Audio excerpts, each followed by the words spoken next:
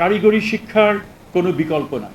আমি দৃঢ়ভাবে বিশ্বাস করি নতুন বাংলাদেশ গড়ার যে সুযোগ এসছে সেই বাংলাদেশকে গড়ে তোলার কারিগর মানে সামনের সারির কারিগর হবে, ফ্রন্ট লাইন কারিগর হবে এই কারিগরি শিক্ষা ব্যবস্থার যারা ছাত্রছাত্রী। কারণ হাতে কলমে আমাদের কাজ করার সময় আমাদের এসছে।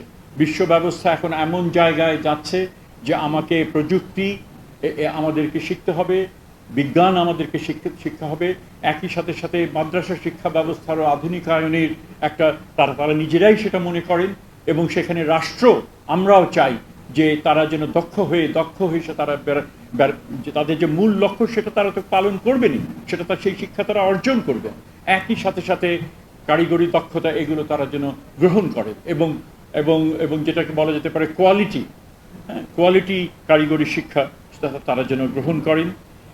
কারিগরি শিক্ষার জন্য দেশের যে এখন এই সরকারের যে সবচেয়ে যে একটা বড় রকমের যে প্রয়াস যে আমাদের শিক্ষা ব্যবস্থাকে ঢেলে সাজাতে হবে, হয়তো আমাদের হাতে তেমন সময় নেই, কিন্তু তারপরেও কারিগরি শিক্ষার উপরেই যে আমাদেরকে অনেক জোর দিতে হবে আগের থেকে, সেটা কিন্তু আমরা সেই দিক থেকে আমরা একেবারে কমিটেড, আমরা অঙ্গীকারাবদ্ধ এবং সেই কারণে বেশ কিছু কার্যক্রম হাতে নেওয়া হয়েছে এবং আমাদের সময় শেষ হওয়ার আগেই আমরা চাই তার কিছু কিছু কাজ আমরা করে দেব।